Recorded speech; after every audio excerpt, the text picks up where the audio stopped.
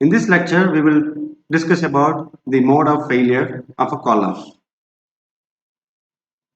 First is squashing, or we can call it as a crushing failure.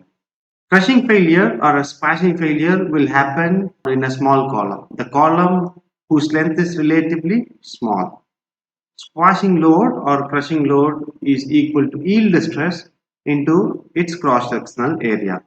If you look at this picture, this is the example of the squashing or a crushing failure. The column has maximum value if it's subjected to the squashing or crushing failure. This will happen in a short column. If you increase the length, then column will convert it into a slender column.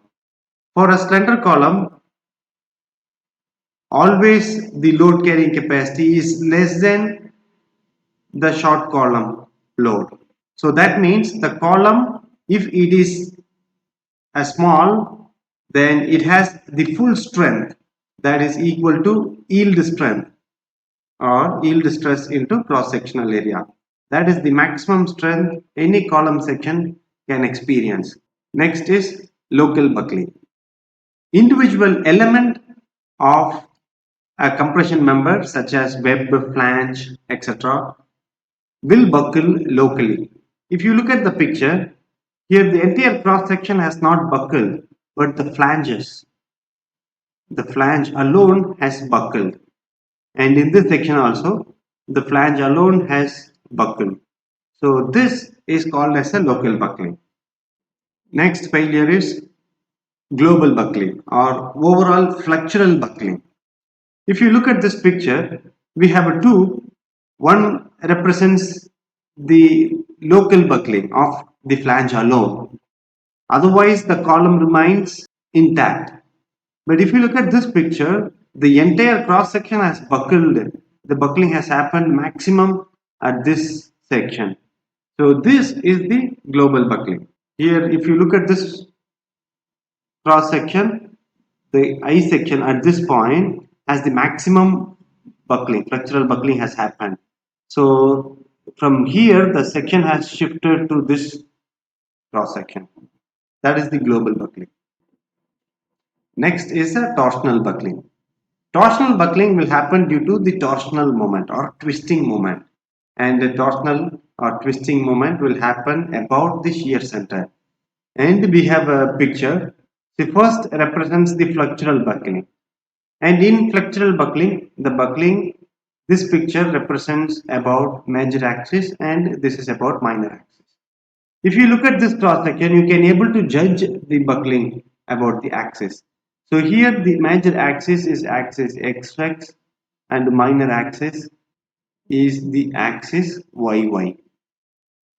So here the buckling has happened about the axis xx. But if you look at this, the buckling has happened about the axis yy. So now yy, this is axis yy. So buckling about yy. So now you can able to identify the difference in buckling about the major axis and minor axis. This is flexural buckling. That is the third mode of failure, global buckling failure. And the fourth mode now we are going to see is the torsional buckling. The twisting will happen in any part of cross section. That is the torsional buckling. Now the final is the flexural torsional buckling. That is the combination of flexural buckling and the torsional buckling. So this will happen if our cross section is unsymmetrical. Now if you use a single channel section as the column section, then it is unsymmetrical about the axis yy. Even though it is symmetrical about xx, it is unsymmetrical about one axis yy. And if you use single angle as the column section, this is unsymmetrical about both the axes.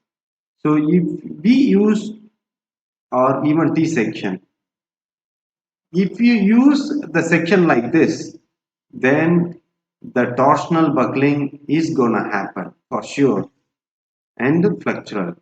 Now in this picture it is clear that the member has got twisted and also the buckling has happened. So this is the example of flexural torsional buckling. These are the 5 different modes of failure that a column experiences. First, squashing or crushing failure. Second, local buckling.